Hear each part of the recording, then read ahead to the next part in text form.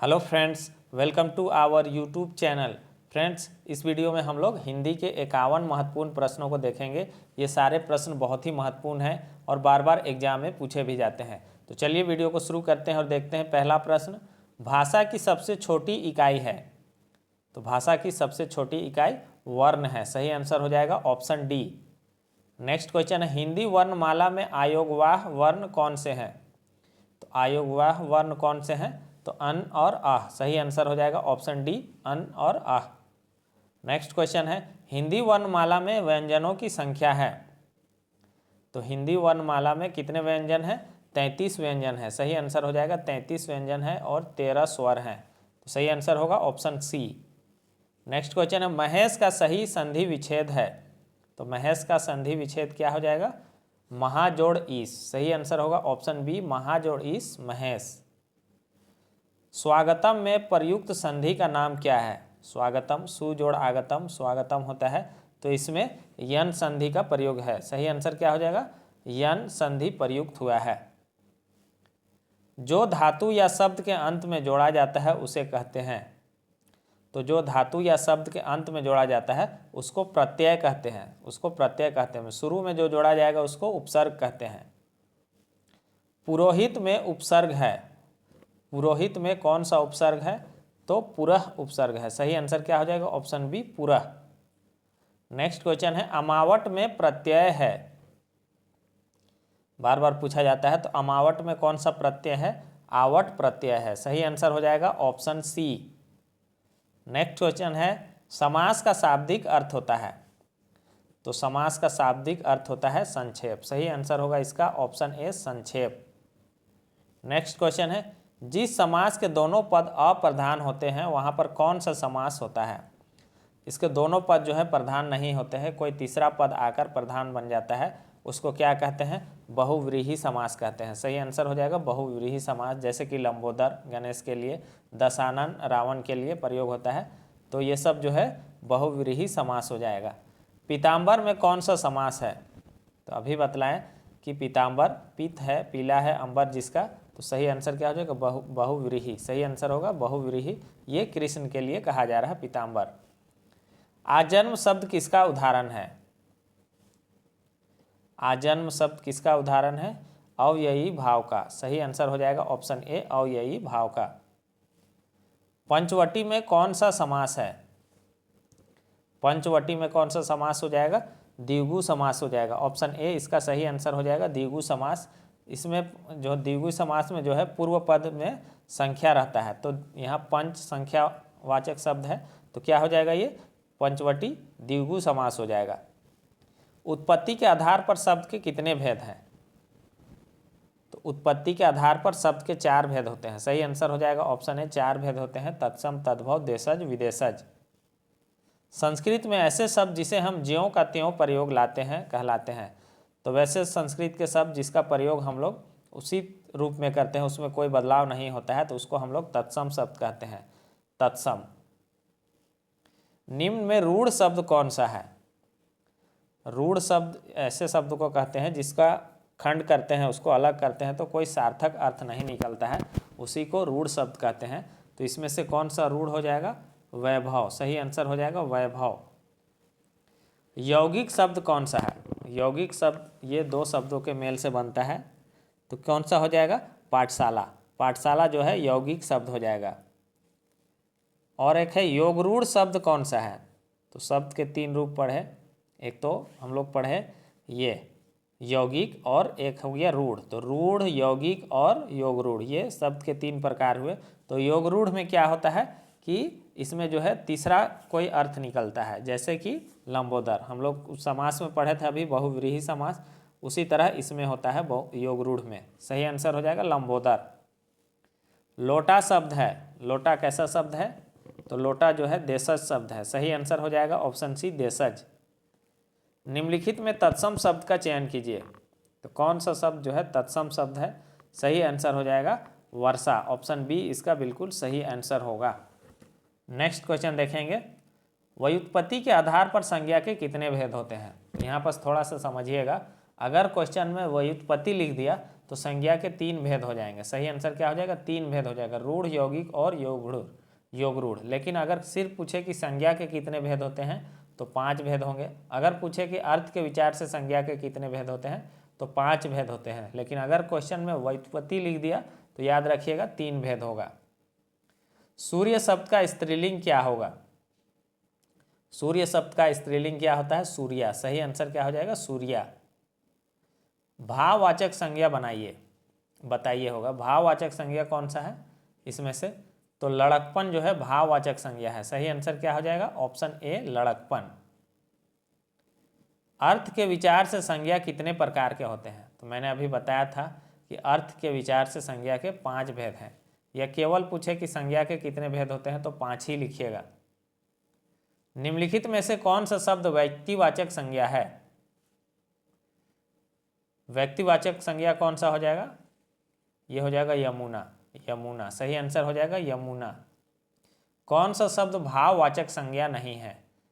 ये क्वेश्चन बार बार एग्जाम में पूछा जाता है। उतराई, लड़ाई, चतुराई ये तीनों भाववाचक संज्ञा है। मिठाई जो है भाववाचक संज्ञा नहीं है। कारक के कितने भेद हैं? तो हिंदी में कारक के 8 भेद होते हैं। सही आंसर क्या हो जाएगा? 8 भेद होते हैं। वृक्ष से पत्ते गिरते हैं, इस वाक्य में किस प्रकार का चिन्ह है? तो जहाँ भी अलग होने का भाव हो, अलगाव का पता चले, वहाँ पर क्या होता है? अपादान कारक होता है। सही आंसर क्या हो जाएगा? तो यहाँ पेड़ से पत्ते गिर रहे हैं तो अलग हो रहे हैं, तो क्या हो जाएगा? अपादान कारक। हिंदी भाषा में वचन के कितने प्रकार होते हैं? हिंदी भाषा में वचन के कितने प्रकार होते हैं? 2। सही आंसर हो जाएगा 2, एक वचन और बहुवचन। सर्वनाम के कितने प्रकार हैं? तो सर्वनाम के कितने भेद होते हैं? सर्वनाम के 6 भेद होते हैं। सही आंसर क्या हो जाएगा? 6 भेद होते हैं। निश्चयवाचक सर्वनाम कौन सा है? इसमें निश्चितता का बोध पता चलता है, जैसे कि यह, वह। तो सही आंसर क्या हो जाएगा? यह। ऑप्शन डी इसका सही आंसर होगा। नेक्स्ट क्वेश्चन है, इनमें से अनिश्चयवाचक सर्वनाम कौन सा है? अनिश्चयवाचक सर्वनाम कौन हो जाएगा? जिसमें अनिश्चितता का बोध होगा, तो इसमें कोई हो जाएगा। सही आंसर क्या हो जाएगा? कोई। अर्थ की दृष्टि से विशेषण कितने प्रकार के होते हैं? तो विशेषण कितने प्रकार के होते हैं? 4 प्रकार के। विशेषण में थोड़ा सा मतभेद है, बहुत सारा बुक में अलग अलग मिलता है, लेकिन इसमें जो है लुसेंट का बुक में 4 प्रकार दिया गया है, तो 4 ही प्रकार हम लोग मान के चलते हैं। विशेष्य वह शब्द होता है, तो विशेष्य किसको कहेंगे? विशेष्य कहेंगे जिस शब्द की विशेषता बताई जाती है। तो जिसकी विशेषता बतलाई जाती है उसी को विशेष्य कहते हैं। जिस शब्द की विशेषता बतलाई जाती है उसे विशेष्य कहते हैं। इनमें से गुणवाचक विशेषण कौन सा है? तो गुण को बतलाता है, नया, पुराना, ये सब जो है गुण को बतलाता है। तो सही आंसर क्या हो जाएगा? ऑप्शन बी, नया। नेक्स्ट क्वेश्चन है, क्रिया का मूल रूप कहलाता है। तो क्रिया का मूल रूप को क्या कहते हैं? धातु कहते हैं। सही आंसर हो जाएगा धातु। ऑप्शन ए, धातु। नेक्स्ट क्वेश्चन है, मैं खाना खा चुका हूँ, इस वाक्य में भूतकालिक भेद इंगित कीजिए। तो मैं खाना खा चुका हूँ वाक्य में ये वाक्य जो है कौन से काल का भेद के अंतर्गत आता है, ये पूछा जा रहा है। तो ये हो जाएगा आसनभूत। इसमें काम जो है अभी तुरंत समाप्त हुआ है, इसलिए ये आसनभूत हो जाएगा। कौन सा शब्द क्रिया विशेषण है? तो मीठा, बुद्धिमान, पहला, तेज। तो कौन सा शब्द क्रिया विशेषण है? क्रिया की विशेषता बतलाता है, तो तेज। सही आंसर हो जाएगा तेज। वाच्य कितने प्रकार के होते हैं? तो वाच्य 3 प्रकार के होते हैं। सही आंसर क्या हो जाएगा? 3 प्रकार के होते हैं। अव्यय के कितने भेद होते हैं? या अव्यय के भेद होते हैं? तो अव्यय के 4 भेद होते हैं। सही आंसर क्या हो जाएगा? 4 भेद होते हैं। अगला वीडियो में हम लोग 100 क्वेश्चन करेंगे हिंदी का, उसमें जो है और ज़्यादा हम लोग सीखेंगे और कुछ सीखेंगे। सर्प, मेघ, हरिण किस शब्द के अनेकार्थी शब्द है? अनेकार्थी शब्द कहने का अर्थ है कि एक ही शब्द के जो है बहुत सारे अर्थ निकलते हैं। तो सर्प, मेघ, हरिण किस शब्द के अनेकार्थी शब्द हैं? जल्दी से बताइए। तो सारंग। सारंग का अर्थ सर्प भी होगा, मेघ भी होगा, हरिण भी होगा। तो सही आंसर होगा सारंग।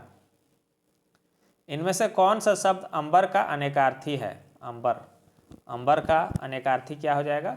गगन। गगन, आकाश जो है अंबर का अनेकार्थी हो जाएगा।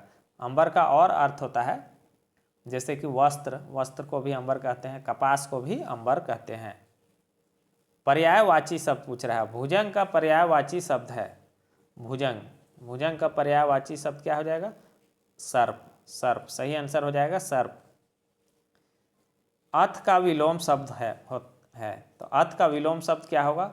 अथ का विलोम हो जाएगा इति। ये सब बार बार एग्जाम में पूछा जाता है। इसका विलोम हो जाएगा इति। अथ का अर्थ होता है शुरुआत, इति का मतलब होगा अंत। शाश्वत का विलोम शब्द है। शाश्वत का उल्टा शब्द क्या हो जाएगा? नश्वर। नश्वर इसका विलोम शब्द हो जाएगा। तो सही आंसर होगा ऑप्शन सी। शाश्वत मतलब सदा रहने वाला, नश्वर मतलब खत्म होने वाला। दीन, दीन शब्द युग्म का सही अर्थ है। तो दीन को दो प्रकार से लिखा गया है और इसको पूछा जा रहा है कि इसका सही अर्थ क्या हो जाएगा। तो ये दीन का मतलब जो है हिर्स ई के साथ लिखा गया है, इसका मतलब आपका होता है दिवस यानी कि दिन, और ये दिन का मतलब होता है गरीब। तो सही आंसर क्या हो जाएगा इसका? Option A. तो दिन इस तरह से लिखा हुआ रहेगा तो दिन जो दिवस होता है डेली, और गरीब दिन इस तरह से लिखा रहेगा तो उसका अर्थ होता है गरीब। जो पहले कभी ना हुआ हो, अगला प्रश्न है जो पहले कभी ना हुआ हो उसको क्या कहेंगे? उसको कहेंगे अभूतपूर्व। सही आंसर क्या होगा? अभूतपूर्व, जो पहले कभी नहीं हुआ है, देखा नहीं गया है। अभिज्ञ, अभिज्ञ किसको कहेंगे? अभिज्ञ कहते हैं जानने वाला को। सही आंसर हो जाएगा ऑप्शन बी, जानने वाला को अभिज्ञ कहेंगे। नहीं जानने वाला को क्या कहेंगे? अनअभिज्ञ। निम्न वाक्यों में से संयुक्त वाक्य कौन सा है? संयुक्त वाक्य में आपको और एवं इस तरह से दो वाक्य जुड़े रहते हैं। तो सही आंसर क्या हो जाएगा? उसने खाना खाया और सो गया। तो और है इसमें तो क्या हो जाएगा? संयुक्त वाक्य हो जाएगा। निम्नलिखित में से कौन सा मिश्र वाक्य है? मिश्र वाक्य कौन सा हो जाएगा? ये हो जाएगा आपका नेताजी भाषण देकर चले गए। सही आंसर क्या हो जाएगा? नेताजी भाषण देकर चले गए। आंख की किरकिरी होने का अर्थ है। तो ये अंतिम प्रश्न है।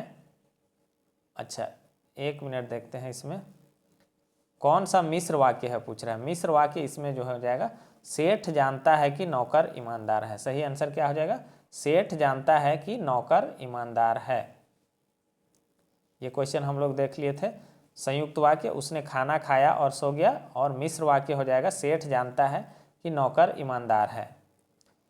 एक क्वेश्चन जो है अंतिम प्रश्न, ये आपके लिए है। आंख की किरकिरी होना का अर्थ बताइए। तो आंख की किरकिरी होना क्या होगा? अप्रिय लगना, धोखा देना, कष्टदायक होना और बहुत प्रिय होना। तो इसका आंसर जो है आपको कमेंट बॉक्स में बताना है। चैनल पर नए हैं तो चैनल को सब्सक्राइब कर लीजिए, वीडियो को लाइक और शेयर कर दीजिए। अगर इसका PDF चाहते हैं तो टेलीग्राम चैनल का लिंक दिया हुआ है, वहाँ से आप इसका PDF भी प्राप्त कर सकते हैं। Thanks for watching.